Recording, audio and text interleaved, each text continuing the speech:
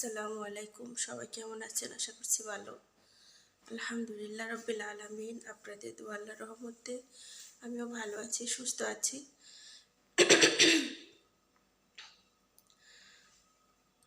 প্রতিদিনের মতো আরও একটি ব্লগ নিয়ে চলে আসলাম। এদিকে টেবিলটা সাজায় নিলাম, আরও কিছু বাকি আছে, এগুলোও দিতে হইব। পানি গরম দিয়ে দিছি অলরেডি ওইখানে। আর এখানে ডিম সিদ্ধ দিলাম, এই যে দেখেন, এর আগে আপনাদের সাথে শেয়ার করা হয় না। এই যে ডিম সিদ্ধ হইতেছে।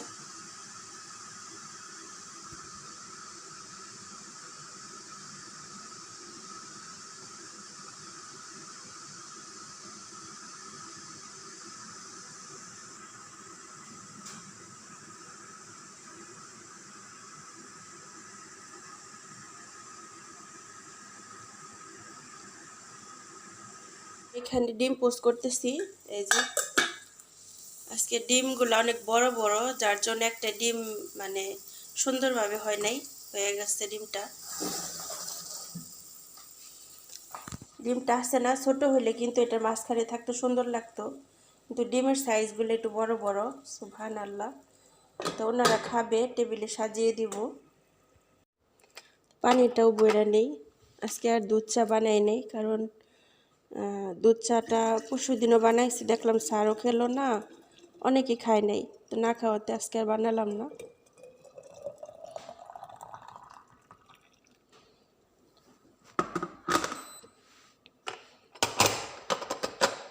আজকে শুধু শাহি দেব, শাহি।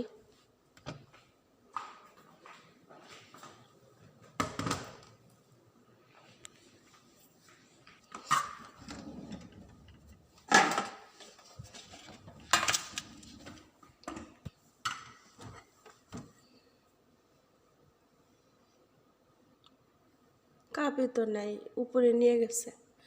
প্রতিদিন চা খাবে, কফি খাবে, কাপটা সাথে উপরে নিয়ে যাব, একটা কাপও এখানে নাই। বিরক্তকর।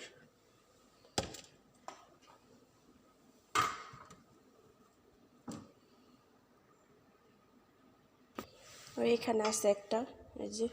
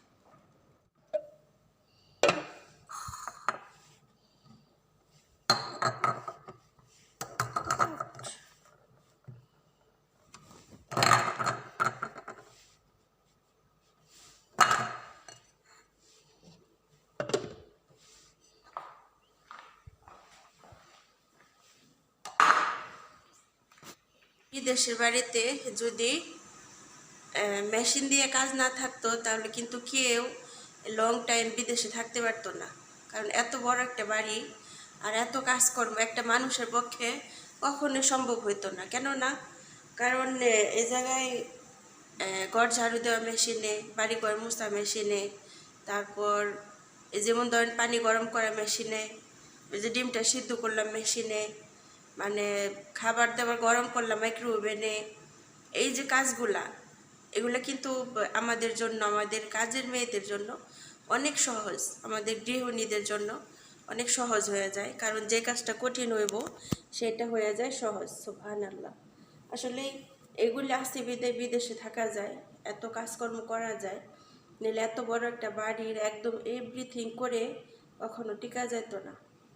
আরেকটা কথা বলবো, সব সময় যত কাজে আসুক, যত সমস্যায় আসুক, সব সময় নিজেকে রিল্যাক্স রাখতে হবে, নিজেকে কন্ট্রোল রাখতে হবে, যে সব কিছুর মেনটেন করে চলতে হবে। বিপদ যতই আসুক, সমস্যা যতই হোক, আলহামদুলিল্লাহ রব্বিল আলামিন। দোয়া করবো আল্লাহ পাক যেন আপনাদের সবাইকে ধৈর্য ধারণ করে তৌফিক দেয় এবং আমাকেও দেয়। তো খাবারগুলা কমপ্লিট করি, সাথে থাকুন।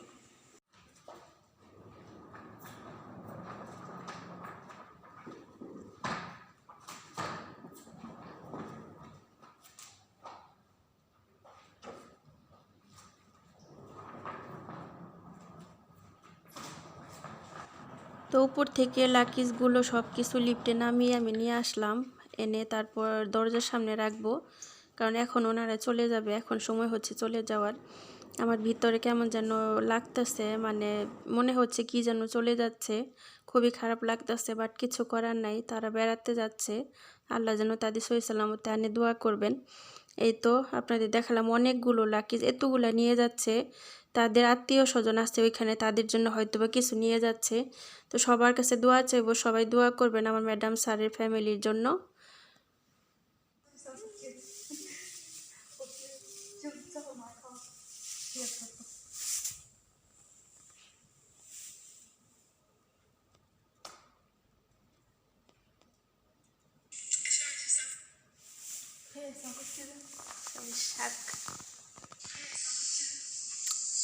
حبش حبيبي إن شاء الله روحين سلامة يجي سلامة إن شاء الله ربي يعطيك العافية। আসসালামু আলাইকুম, সবাই কেমন আছেন? আশা করছি অনেক ভালো, আলহামদুলিল্লাহ রব্বিল আলামিন।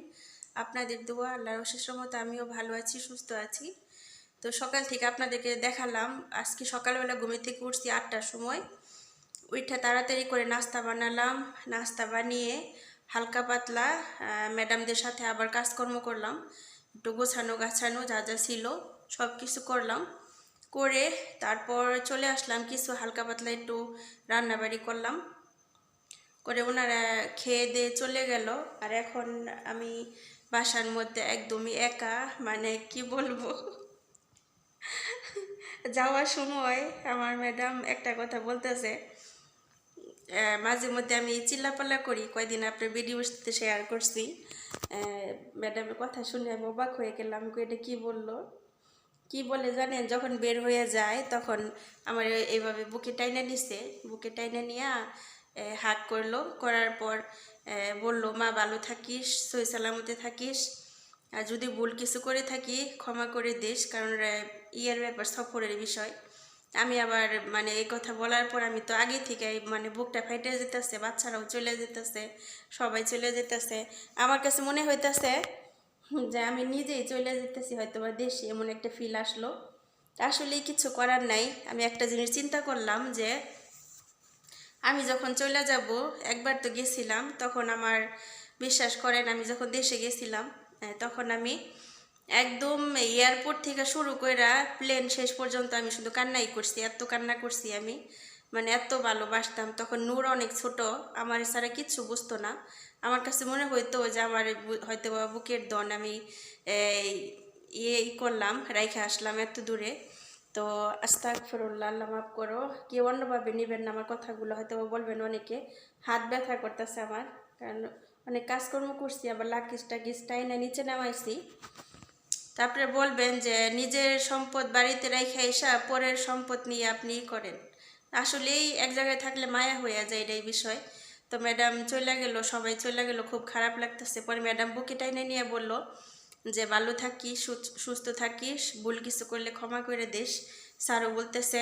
তারপর ওনাদের গাড়ির চাবি টাবি দিয়ে গেল, বা কারণ বাইরে প্রচণ্ড গরম, এই গরমের মধ্যে যদি গাড়ি অন না করি তাহলে দেখা গেছে একটা দুর্ঘটনা ঘটে গেলে আল্লাহ মাফ করুক 3-4 দিন পর পর তাদের গাড়ি চালু করে রাখতে হইব, পরে একাই অফ হয়ে যাব মানে গরমের জন্য। তো ম্যাডাম যাওয়ার সময় কি বললো, বলতেছে যে আমরা থাকা অবস্থায় তুই রেস্ট নিতে পারিস। আমি হাসতে হাসতে মরি যে আমরা থাকা অবস্থায় তুই রেস্ট নিতে পারিস, তুই মাঝে মধ্যে চিল্লাপাল্লা করতি, তা আমি চুপ করে শুনতাম। এখন রেস্ট নি বেশি করে, আগে 3-4 দিন কোনো কাজকর্ম করবি না, আগে রেস্ট নিবি, বসে থাকবি, শুয়ে থাকবি, তোর মতো তুই সময় কাটাবি, তারপরে তুই কাজ করবি বাড়ির। আর বাড়িঘর যেন পরিষ্কার থাকে। হ্যাঁ, হাসতেছে বলতেছে। পরে নূর বলতেছে তোমার বলতে হইব না, রেহান আমার বলছে যে বাড়িতে অনেক কাজ, এই কাজ করতে করতে জানটা শেষ হইব। আর এই তুমি কোনো কাজই করবা না, আমরা আসার 3 দিন আগে কাজ করবা, নূর বলতেছে। পরে নূরও কান্না করে দিছে যাওয়ার সময়। তো ম্যাডামের কথা শুনে আমি হাসতে হাসতে মরি।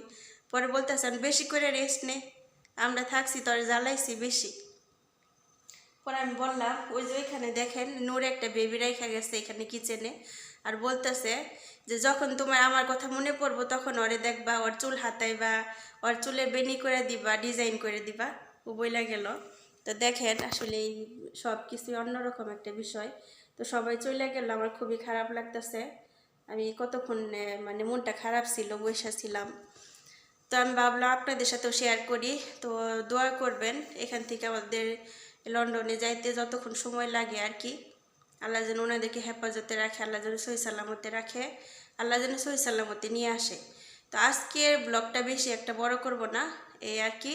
সবাই ভালো থাকবেন, সুস্থ থাকবেন, সবাই ওদের জন্য দোয়া করবেন, আমরাও আপনাদের জন্য দোয়া করি। আলহামদুলিল্লাহ রব্বিল আলামিন। আমার জন্য দোয়া করবেন, আল্লাহ যেন আমাকে হেফাজত করে, আল্লাহ যেন একা একা একটা বাসার মধ্যে আছে, আল্লাহ যেন ভালো রাখে। এখন কয়টা খাবো, এখনো খাওয়া দাওয়া করি নেই। সকালবেলা শুধু 2টা ডিম খাইছিলাম, এই পর্যন্তই। এখন আল্লাহ নাস্তা করব, আর করে নাস্তাও করব, দুপুরে খাবারও খাবো। এখন প্রায় বাজে হচ্ছে 5টা। তো আজকের ভিডিওটা কিন্তু আজকে এখনই শেয়ার করে দিব আপনাদের সাথে। তো সবাই ভালো থাকবেন, সুস্থ থাকবেন, ইনশাআল্লাহ নেক্সট ব্লগে আপনাদের সাথে দেখা হবে, কথা হবে। আজ এ পর্যন্তই। আল্লাহ হাফেজ, আসসালামু আলাইকুম।